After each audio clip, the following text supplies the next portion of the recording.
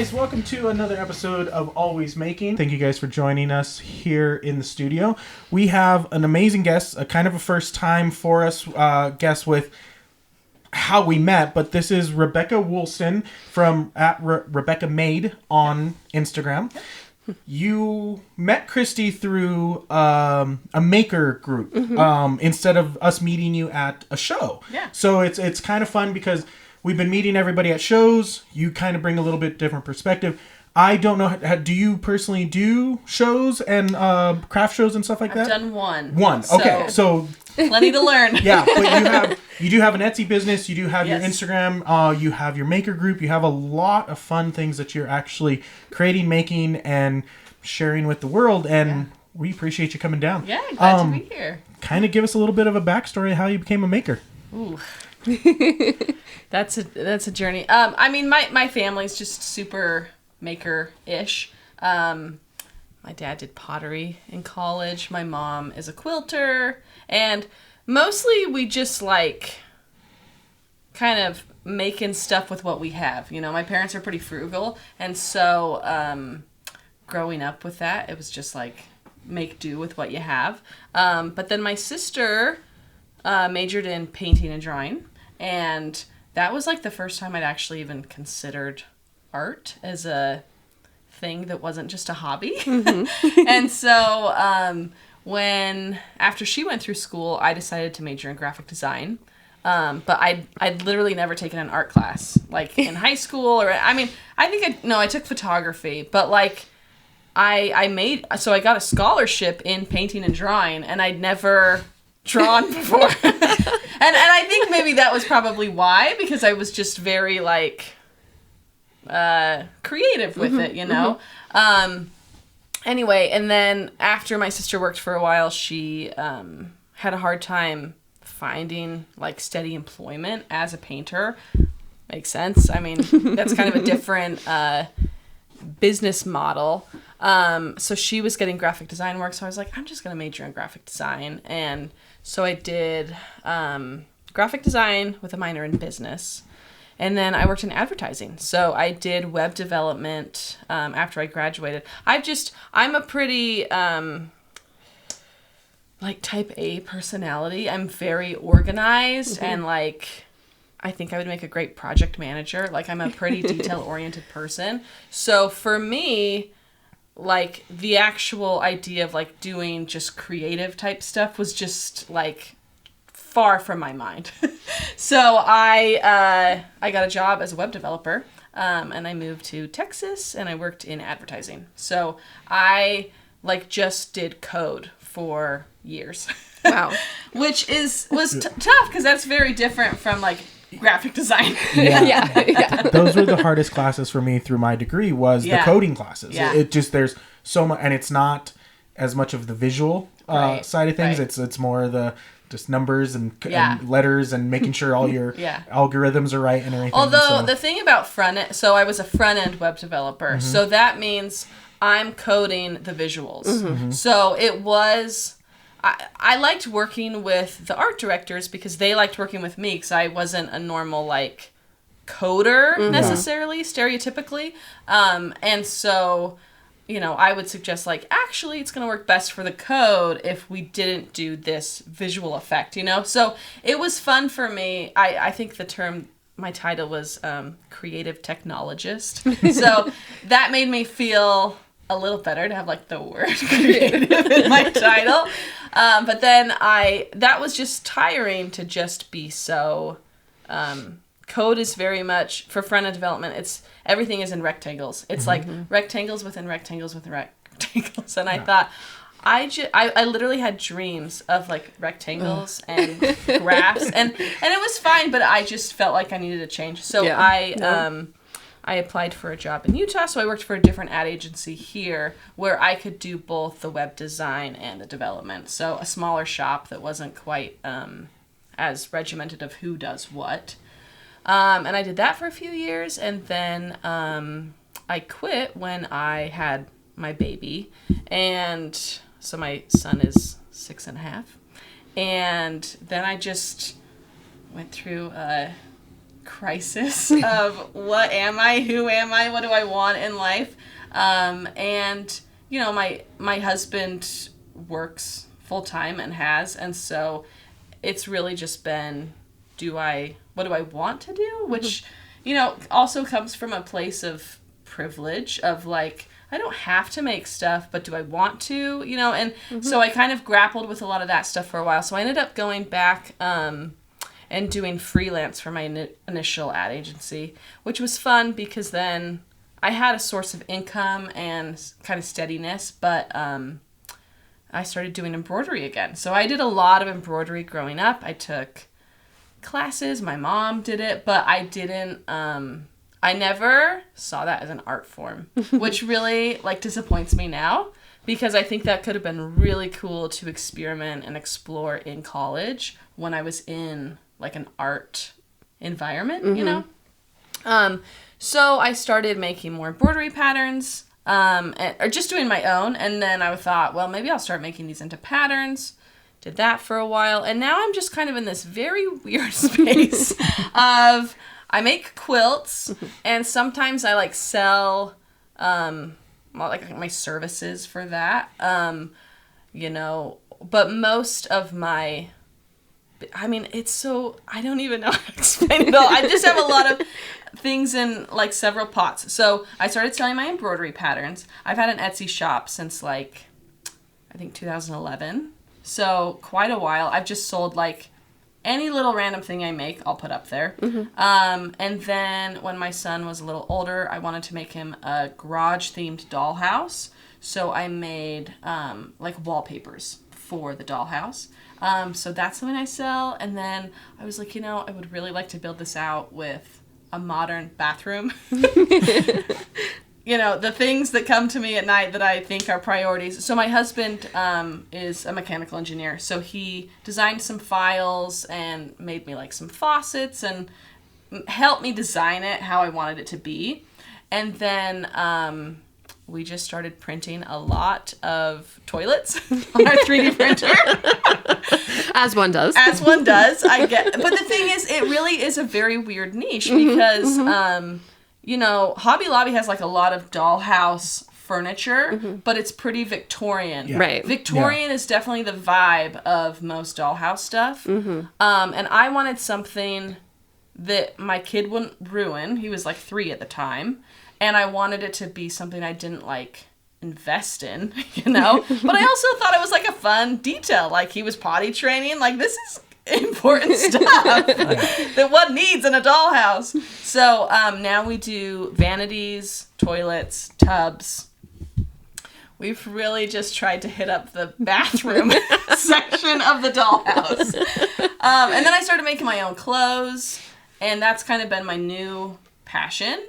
And then I also do like freelance graphic design for random people. So it's really just kind of a hodgepodge. But embroidery is kind of the main business thing. And that's, so I've started contributing to Studio 5 and coming up with like different embroidery projects for them. But basically, if it's fun to make and interesting, I want to just figure it out. And I really hate the idea of being in a box of this is the type of maker I am, or this is the thing I make.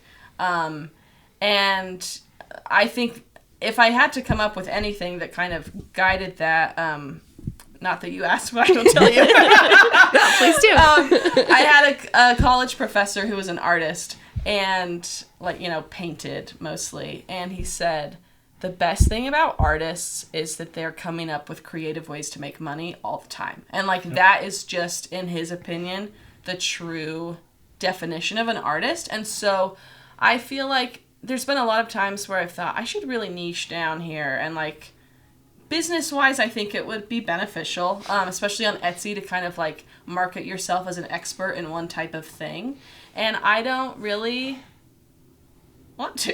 So I would say I honestly love that because I feel like my journeys are very similar. Like I've had Etsy shops on and off since I think also around 2011 and like started out like upcycling vintage things because I loved thrift shopping and still I liked still do, and upcycling still do. But yeah, I mean, like I've had so many different iterations, and so our current shop is very eclectic, but not just because it's a bunch of different things that I love doing, including jewelry making and sewing and costume and, you know, those kind of things, but also Derek and his passion and what he loves to do. So, I mean, I really think there's a space out there for everyone, no matter what it is that you're into, no matter what it is that you're selling or making or doing, like, do it all, because that's what's joyful. I recently just saw a reel on Instagram where it was an artist talking about that they don't want to follow the algorithm and they're getting burnt out on their same thing over and over because that's what people are coming to them for. And I have never fell into that trap because I find interest in so many things, and like I'll be painting D&D miniature one day, I'll be painting an RC car, or I'll be building a camera part on a 3D printer, and like you walked into the room here before we started and you're like, oh, there's so many things in here, because that's the tools that we use for a variety of things. I don't think we need to be as artists focused on just one thing. And when I went through your social media, kind of just preparing for what we're having a conversation about, it was great to see the digital aspect of your design work that you're doing, but also the textiles and the fiber arts that you're working on. It's great to sometimes sit in front of a computer and really like tinker something down, and then it's one thing to like get your hands on and like really get that. What is your preference? Do you prefer the digital, or do you prefer like messing around with your like textiles that you play with? I mean, for me, it really depends on the time of day. Like I don't like to do screen stuff at night, but you know, sometimes because I have 2 sons, and that's like my main gig right now. So there's a lot of parenting, and I feel like usually by the end of the day, I'm like crawling to do something for myself. So I try to just be like, what is the thing that feels like what I need to do? But I think because of my job and school, there's something about me that feels like if it's hands-on, it's fun. And if it's like computer work, it's like getting stuff done. So usually, like if I get a sitter, I try to do stuff like with screens in the morning, and then in the evening it's more like free studio time. Feels like a little more like play. But I mean, I honestly feel like, especially with a lot of like the graphic design I do, it's like making patterns or sketches or altering like a fabric pattern. I have to kind of do that stuff to feel confident about the hands-on stuff, you know? Because I'm such a technical person, if it's not to scale on a computer first and I have documentation of it, then I'm not going to be as efficient when I'm actually doing the hands-on stuff. So I feel like it's kind of a yin and yang for me, where I have to do a mix of both. So, yeah. That makes sense. I think so, because it's like one of those things where sometimes you need to like kind of get it figured out in your head first, or like on the computer first, and then it makes sense to like bring it into the physical world.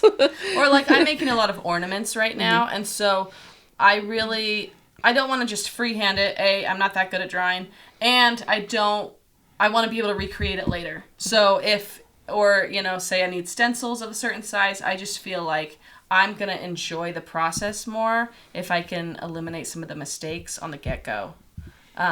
So it's kind of weird to be like a maker who also has the graphic design skills, because I don't really go into it super like fluffy creative, you know? Yeah. I come to it from a very like technical to scale is like always my goal. Yeah, it's funny because I can relate very heavily to that, like, because with the screen printing, a lot of the stuff I do has to be done digitally first, and so whether it's on the iPad with an app like Procreate, or it's like in Photoshop or Illustrator working on the designs, like there is a sense of like, okay, I know what my screen size is, I know how big this is going to be on the t-shirt, and like when I go to transfer it to the t-shirt side of things, the ink part is the variable. The t-shirt and fabric is the variable, or the paper or material that I'm using is a variable that then I get that hands-on feel, and it's like, it's totally different. I fell in love with screen printing because it took what I was doing on the computer and making a physical thing, and I can physically make it. That was like the fun part about it. I don't want to get too far away because you said ornaments, and Kristi told me this is like one of your big things that you do all year. Like you're making them all year long. And then it's a all year event for you, and then it hits December, and then you start, or November? I don't really know. I've done it once. Oh, okay. But, I mean, I don't know. I made like an advent calendar for my kids out of wool felt, and made like these 25 mini ornaments that go in like a little pocket, and then you put them up on the tree each day of the advent. So that was so much fun that I was like, what am I doing with my life? This is what I need to be doing. So after that, I just started using some of my wool felt and making some ornaments. Last year, I was like, well, this would be fun. Like, I can't stop making them. Like, I honestly don't know if I even will sell them, because I don't know if anyone wants to buy them. But I literally can't stop making them. They're so fun for me. So I thought, worst case scenario, I have a fully decorated tree. If someone wants to get one, sure, great. So I did Salt and Honey Market last year. I listed them on Etsy, and then I did a Salt and Honey like holiday market.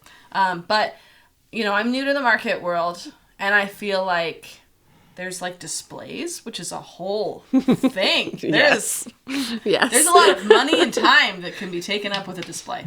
And that wasn't something I was super interested in. I was just like, oh, I guess I have to like not just bring them in my plastic shoebox here and set them down with like a little tag that says this is how much they cost. So that took more time than I anticipated. And then, I also have 2 kids. I think a lot of the weekend shows, like they're on the weekends, and I feel like that's usually good family time for us. So it's kind of, this year what I'm planning to do is just, but yeah, so I sold quite a few, but I sold some on Etsy too. It was difficult to figure out the inventory situation because they're all one of a kind. I just do whatever I'm feeling. And so I can't really photograph one and then make like 7. That would bore me. So my plan this year is I've just been making, I probably made like 150 this year. Oh my it's like September. They're so fun for me. And it's something I can do on the go, and I don't need my computer too at all, which is nice. So I'm hoping this for the holiday season. And that's a whole thing. There's like strategies with Etsy of like the holidays. It's kind of overwhelming, but I thought I'm just going to try to really push Etsy this season and see if for the amount I sell, which is most cost effective. And if it doesn't go great, then I'm planning to like lean hard into the craft markets next year. So I'll be calling. Oh, I was going to say there are markets, which I was looking into because we have, I'm expecting a baby as well. And I know my time will be very different. But there are markets where you can kind of set up your own little like mini pop-up in the market. And so you just put your product and then they take care of selling all of that. And so it's like really one day of setup and, so I've been looking into that style of market as well. So maybe Which is what Salt and Honey is. So, I got to just leave it there, but I still had to take it there. Right, yeah. No, of course. But instead of having to sit at a booth all day, which is because we do a lot of live markets on the weekends. And so I know our time's going to be shifting, changing. But yes. There's a part of us that go like, hey, is it great to introduce the children at like a market to the entrepreneur side of what their parents do and that kind of because we certainly see other parents and families, or do we want to schlepping the whole family in sippy cups and snacks all day? Or do we just want to keep the kid like, hey man, this was a bad choice to be this artist on the weekend, stay away here, stay with the sitter. But no, like that's one of the things for us, like as first time parents coming up, that we are not sure what our kids we're gonna have to figure it out. We're gonna have to figure it out. And so do you ever kind of like, I don't want to say force, but like push creativity on your kids? Or are they already interested in artistic things? Well, my oldest son is like never stops running. Like literally is just very physically active. And I try to do crafts and like painting and stuff with him, but right now it just feels like he is on to the next thing. So, but my husband and I are really into it, so he definitely has time to watch, but he doesn't often like want to sit and participate unless it's super tailored to him. Like he's really into Pokemon right now, so you know, we'll get like 3D figurines or something and like paint them, or so he certainly can, but you know, I feel like that's one thing my husband and I have really tried to focus on is like we're really into this stuff and we know we are really into this stuff, and I don't ever want to like force that on my kids. But I do want to be the champion for whatever they're really into. I feel like, I mean, is this about creativity? I don't know. I feel like parenting wise, the thing I think will be most helpful is like, hey, you're into this weird thing that maybe not a lot of other people like. I'm going to be there on the front row or the sideline or whatever it is to support my kid's passion.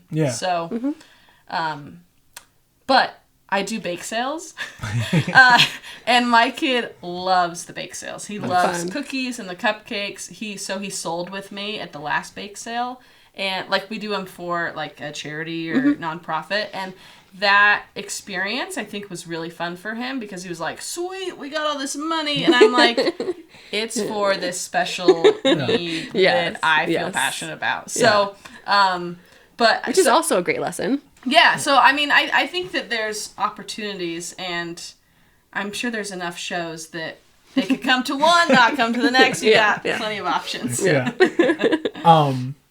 With your conversation we had with only just the one show, what was that like final push to like, hey, I'm gonna try this.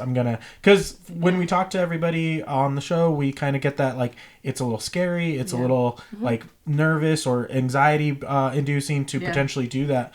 What was that final thing like, hey, I'm gonna do this? Was it that you had 100 and some?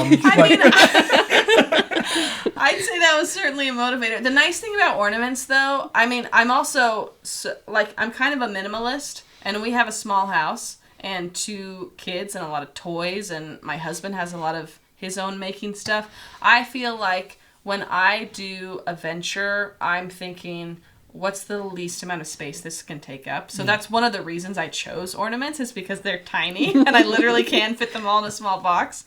But I got positive feedback and, you know, enough people saying, hey, that looks like something I'd want. But yeah, it was nerve-wracking to put yourself out there. But I kind of put myself out there a lot and try new things that I've kind of gotten desensitized to, like, the rejection. I feel like what's that quote that everyone loves? You, like, miss 100% of the shots. Yep. Like, that's kind of how I feel about putting my craft out there, is that, like, the worst thing that could happen is that I end up with this inventory or maybe like the listing fee. So if I just decide what is the risk cost, I mean, again, I'm very mathematical, like money driven. And so if I lose $100 on supplies or listing fees or whatever, but there's a chance I could make some money, like, I just am all about the numbers. If it's worth it, then I'm just going to take on the risk.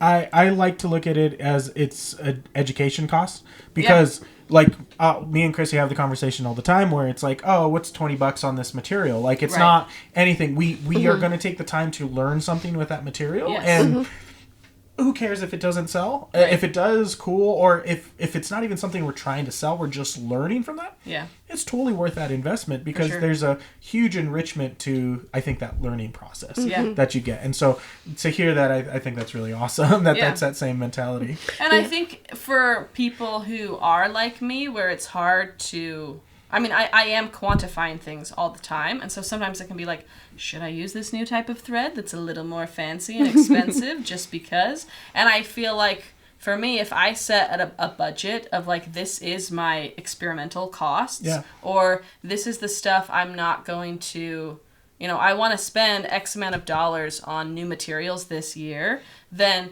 that helps me feel okay about it so that I'm not like having a panic attack at Joann's every week, Which is possible. This stuff can add up, and it can be hard, or it can be hard to part with, and that there's value that you put into it. So I feel like having a balance of, I'm not going to know everything from the beginning, and if I have a fund here that's a buffer that makes me feel okay about it, then that's how I kind of handle it.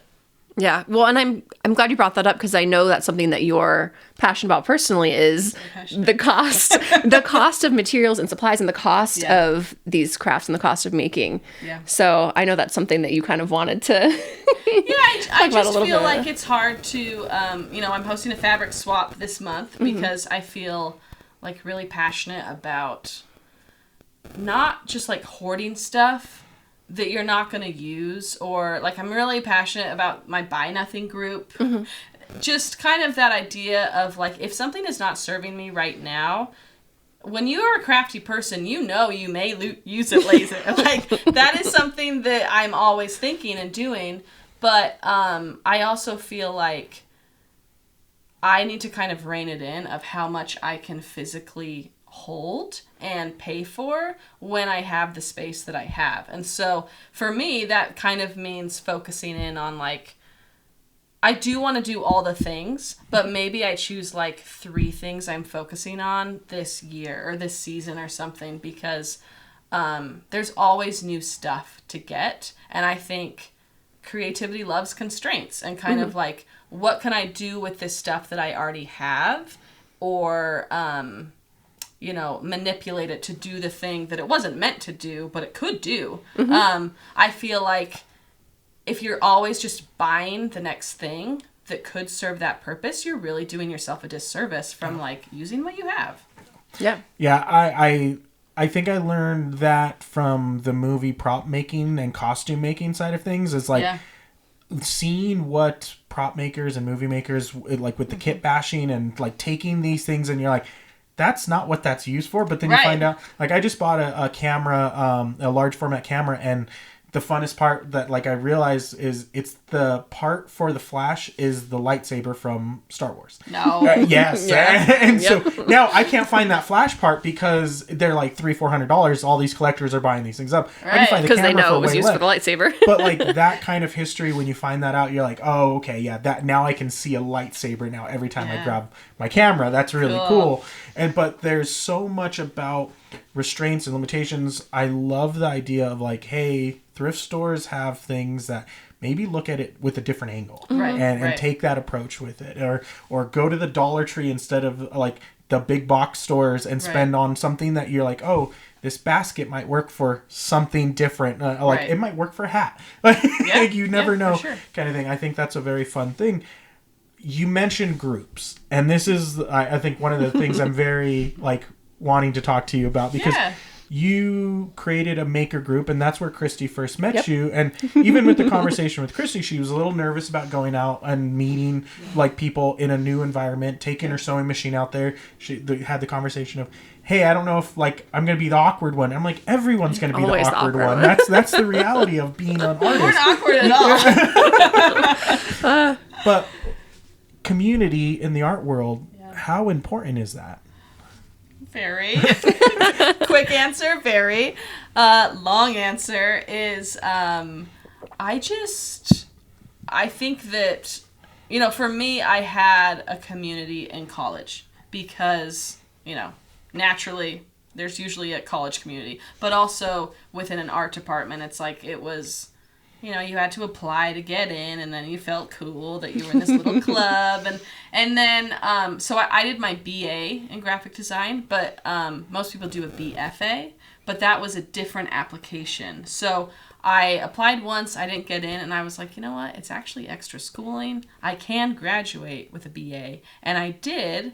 And then I was like, that way I can just get like another year of work out there. And it was hard for me because I missed out on most of my other classmates did the BFA. And so then they were in this other, they got a special room with computers that was only for them. And it was really difficult for me to feel like I was on the outside of this art community. And I struggled with that for a few years. I didn't really have anyone else that I was making stuff with. I felt like, especially when I got my job as a developer, I was the only girl on like a team of 27 guys. So that was one thing. And then, I just didn't really in Texas, I didn't have a lot of like maker friends. And so that was one of the big reasons I wanted to move back to Utah, because I was like, I know that I know a lot of makers in Utah, and like I want to connect and feel like I remember in Dallas, that's where I lived in Texas, I went to an Etsy pop-up shop, and I felt so seen. I was like, I was taking everyone's business cards, not because I wanted to buy their stuff. I mean, it was cool stuff, but I'm like, I want to save this so I can be friends with them. And like, we can go shopping together or like make something. Was this the year that Etsy was doing a lot of those like maker, like pop-up meetup group things? Because I know I went to one as well in California when we lived there. And same thing. I was like, oh my gosh, these are like people like me. Yeah, it's exciting. And I went to Craft Lake City too once I moved here, and I was just like, I want to get to know all of these people. And then we had a very similar experience when we went to Craft Lake City. Yeah, it was just so cool. So many great artists. The first it was like meeting rock stars. It was like, oh my gosh, look at all this cool art they're making. That's really cool. Like, we were totally geeking out. But I'm also at home most of the time, and so like my kids' schedules, I'm not really in a situation where I'm like out there meeting other people. So I felt like there were one thing. So I started making cupcakes too. I'm like really into cupcakes right now. And I made a ton, and I just put on Instagram, hey, I've got so many extra cupcakes. Would anyone like to pick one up? And Francesca came, made by Francesca. Yes. And I met her for the first time. It was like she came in my backyard. I was mowing the lawn. She kind of caught me off guard, and I was like, what's going on? And she was like, I'm here for the cupcakes. And then we sat down and had like such a lovely chat. And I was like, I want to meet everyone. I want to meet everyone, but I especially want to meet the people that are around me, going to the same stores as me. Like, I would love to have some sort of community. So I just DM'd like a bunch of people I knew lived in the area, and I just said, hey, do you want to come to my backyard? I've got all these cupcakes. And so, we started out with like 20, and then I was like, I'd love to just do this more often. So it's kind of evolved. We've done it for like a year now, almost every month. And, last week we had 3 people, I think, attend. And sometimes we've had 30. So it's super random. We try to kind of focus on topics now, where there's kind of something we can all talk about, because I kind of have said like any fiber enthusiast. So whether that's knitting or crochet or embroidery or quilting or apparel. And I just feel like the first time I went to a different meetup a couple months before this had happened, before I met Francesca, and I met a bunch of girls that sew that are my age. And I came home and I cried to my husband. I was like, I've never met this many people my age that sew. Like, full stop. My mom sews, and I have, like, I know a lot of people, or, you can go to a store or something, but to have a younger generation of people making the stuff that I've felt passionate about my entire life was just like an experience I'd never had before. And I was like, how do I get more of this? Yeah, I loved, so the first one I went to was the one where the topic was, Francesca was kind of the main speaker gear. And talking about her gear making. So, and I would loved that, because one of the other things I absolutely love is hiking. And so it was like so fun to see someone who was into sewing and outdoors and hiking and making gear and like bringing those two together. So same thing. It was so fun. And I think a lot of the women there were into outdoors as well, and hikers. And so it was really, really fun. Yeah. Yeah, exactly. With the experience you had in college, I kind of had a slightly different one through the art school that I went to. It was very competitive. And there was your friends, there was the people but it never felt like an art community. It always felt like I was doing this to be better, and it never felt right to me. It never felt like I don't know if I've shared this on anything, but it's my final year of school. You have to do a presentation, and like with that presentation, if you don't get like a pass from all the like teachers, you don't graduate kind of thing. So like my first presentation, I completely flopped. Like I had all my stuff up. I had I had public speaking is not a problem for me, but I don't know if it's like the competition or if it was the realization that like college is over or what. But I completely flopped, and the teacher's like, "Who the hell were you?" And I'm like, "I don't know." But it was that like, oh man, I'm competing against everybody here now for this job market now that they're putting, because it's this idea of like putting you into the job scene, get you here and go from this, and these are all the people who are with you, but also going to be competing against you. So it was something missing a lot, because then after that, like my career choices went heavily to like, oh, I'm going to be working in my solo studio and I'm just doing it myself. So the growth of what we did here and like what we were able to go and started doing markets and go, this is not competitive. Like we had a guest on this past week we were recording, and she was talking about like the shops or the people that go to these shows, they want to support you just as much as you should be supporting them. Like it's like you shouldn't be like worried that they're making a sale over you. You should be like cheering that sale on. And I was like, oh man, this is what's been missing from the art world for me. It's like all these people are all there for the most part to support art and that community and build that. And I think it's super important. The question that I kind of like, and we've had this conversation, me and Kristi off camera, is what is keeping other artists from pursuing those communities? Because it feels very like, I don't know, I'm 36 years old now, and it's been 3 years now we've been doing this and kind of figuring out and finding like, why did it take me so long to get there? What do you think? I'm not, you don't need to say your age on camera or anything, but like what took you to that point of getting to that community and building your own little bubble of artists with that? I mean, I think it would be difficult if I was saying, hey, all embroidery artists that sell in Salt Lake City, let's meet up. I think that would be a lot harder for me because I may not be wanting to share my tips and tricks or the way I outline my tutorials or whatever I think is my unique selling point. But I feel like, I guess I just feel like even if you have such different things that you do, then we can all learn from each other in those. It's all still very similar, you know? Yeah. If you like to make stuff, I mean, we were talking about like RC cars, and my husband is a mechanical engineer, and we are very different personality-wise. Like, I'm an extrovert, he's an introvert. I just realized I need to check I just want to make sure I don't need to pick up my child. Like, we don't like the same music. We're very different, but we are the same when it comes to making stuff. Yeah. And it's like, it just is so fascinating that like he will come in after like a night in the garage taking apart a dirt bike, and I will have the exact same issues and problems from like unpicking a quilt. And we can come and like talk about the same thing. And so I just feel like there is probably room for everyone. If one person's buying an embroidery pattern, that person is probably buying tons of embroidery patterns. So there is business for all, most likely. Maybe. I don't know. I don't know the market world.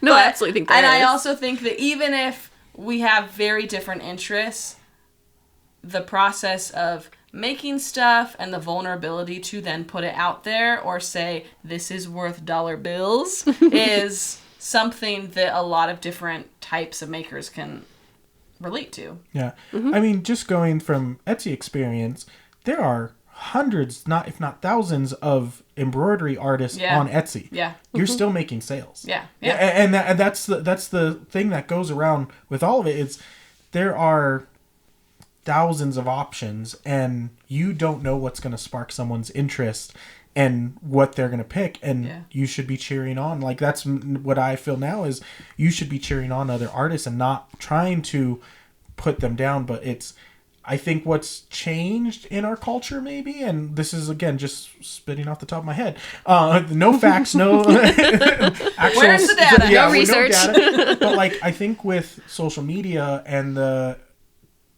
people being more willing to share their stuff on social media, whether it's for monetary gains or whatever, but like just sharing their process with a lot of people and hoping more people see, I think it's allowing more people to go, oh, it's okay to share these things. We're taught that in like preschool, kindergarten. Sharing is caring, right? And but we get this like, oh no, this is ours. This is like my thing. I'm gonna keep this for myself. But it's kind of this change that it's like, hey, we need to look at this community because it is building up something bigger, better, and it might be 3 people on the weekend, but that's a community that like you didn't have before, and it goes far. Like, for you saying coming home and crying because there's people your age sewing, there are a lot of artists out there who are in the same boat, who don't have that quite yet.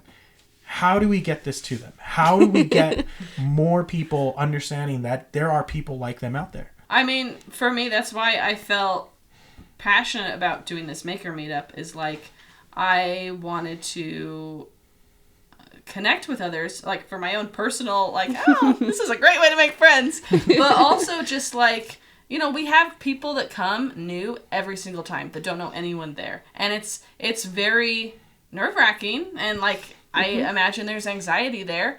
But I just feel like there aren't a lot of, at least in my experience, I haven't found a lot of people willing to put in the time and energy into creating those opportunities if there's no financial gain. It's like, it takes time. Yeah. And, you know, energy. And so if you don't have some, I guess I feel like part of it is the capitalistic world we live in, that like, your energy and your time is worth something. And I just feel like I don't want my own community to just live on the internet anymore. Like, I feel like that was what I did when my kids were really little, because I couldn't really leave the house as easily. And now that they're older, I'm like, no, I would like to meet people face to face and like have conversations and not just live behind my screen. And I think it's so easy to live behind the screen that, you know, it's hard to get out there. Mm-hmm. I don't know if that answered your question. No, but I think I feel. That's great, because it is hard to get out there, and it is. For people trying to get out there, we have other questions with our other guests, is like, how do you get started? And like, a lot of times it's just do it. It's going to be uncomfortable. Be okay in the void, right? And see what happens. Like, worst case scenario, you spent a couple hours in a public library with people you didn't know, and it wasn't for you. Yeah. Find something else. Right. Like, that's, but you could at least say you tried, kind of thing. Future of what you're doing, is it hopefully bigger space, more people, or is it of the maker meetups? Yeah. No, I don't, like, really, I just take it like 1 month at a time, and / I don't really think about it too often, except when it's like, oh, it's September, maybe we should get together this month. So I don't really put too much weight on it, but just not necessarily more. I mean, I just like check out a public library space each month, and I try to do it a couple months in advance because the rooms get taken up. But like, when I see people that might have met, I can think of a couple people that I think met at the meetups who are then doing things by themselves. Mm-hmm. It's like, I think that is magical. And so if I can have like a way of encouraging that, great. If not, like, I met Kristi, and like, that's so cool that like there's someone near me that is into the same stuff that I am, that like, I would love to be like a resource for you as you're figuring out how to sew while you have a new baby. Like, that is something I have been focused on for 6.5 years. If I can like help someone around me do that, like that's exciting to me. Yes, please. I'll take all the wisdom. I will just hold the child while you use your industrial sewing machine. We could take turns. For people out there who are in their little small towns or big towns and what was the first step you did to start building that community? What can they do to build their own community? Yeah. I mean, I have a lot of friends who aren't on social media and have strong feelings about it, and that's fine. I mean, I'm kind of trying to sell things, so that's probably what keeps me on there sometimes. But I feel like I try to just focus on, I would like to make friends from my social media usage. I don't want this to be the end game. I want it to be a tool of, you know, I grew up like 30 minutes from here, and I went to school in Provo. So most of the people I know from childhood and college are further away, where it's like I could go down there. It's not that far. But, you know, my main life is in Salt Lake now. And so even though I'm from here-ish, I didn't really know very many people in Salt Lake. So that was a big motivator to me of like, if I follow a few fabric shops, if they ever post someone that's made something in the stuff they're like that they sold at their shop, I would just go and follow them immediately. And I'd be like, they're local. And you know, that's kind of how it started, is like, if they were local, I would follow them no matter what, because even if, you know, we didn't do totally the same things, it was just exciting to me to see, like, even if it's just where are they shopping, what markets are they selling at, whatever. It was just like a genuine interest in local people. And that's really turned into, like, honestly, I'm thinking of like all the people I've hung out or talked with the last couple weeks, and like almost all of them I met on Instagram. Personal or, you know, more like in the craft space. And like that's how I've met people. So, a simple follow could go a long way. I think that's a really great tip, though, is look for local shops or local, you know, resources for whatever it is that you're into, and follow them first, and then, see who else is following them or what other, like, community engagement they have, because, you know, like, not all of us have large followings. It's maybe hard to, like, find people, but that is a great way to find people locally, is follow a local shop. So not like a big chain store, but Yeah, when back in California, we knew where all the little hidden gems were, like of where we would go for supplies, where we'd go for this kind of thing. But like when we moved out here, it was, hey, the adventure starts again. Like we have to figure out, like, and what was so great is there's such a big industry, like kind of hidden still here. It's not big, like Walmart's everywhere, and so you can find, like, we found a little vinyl store that had all the stuff we needed, and we could go there and support local. We find a shop that's just specializes in yarn, and you can just go and shop, which is great, because then you're like, okay, that connection there, okay, this person's shopping here. This person, and that's like when we would drive around, like, to go run our errands or whatever. Anytime I saw, like, oh, look at that fabric shop, I'd immediately look them up online and see if they had an Instagram or whatever, and be like, okay, I'm gonna follow them so I can find that place again and go there, not just to shop, but to see what, you know, what is here available locally. Yeah, I took a jeans class from Society, and part of it was I wanted to make jeans, but I also was like, I want to see who I meet in this class. Like, who else is interested in taking a jeans class? And I met this lovely girl, Holly, and like now I follow her, and she's like one of my favorite follows. And then I really liked her haircut recently, and I was like, hey, where did you get your haircut? And like now I go to her stylist, you know? So it's just, I don't think there's, you know, you can look at it strategically of like, you know, building a community, but it's also just like the resource levels of what you can gain by just knowing a few people that share your same interests. It's like, of course we like the same hairstyles, and maybe we'll go to a concert together too, you know? It's like you tend to have a lot of similarities with people who have similar passions to you. Yes. So. Yeah, well, just like when you again walked in our room down here and we're like, I have these same things in my house. Yeah. We have a lot of the same tools. Paper. You have the same wrapping paper. Yeah, exactly. So we shop at the same shop. Exactly. And have the same or similar taste. Yeah.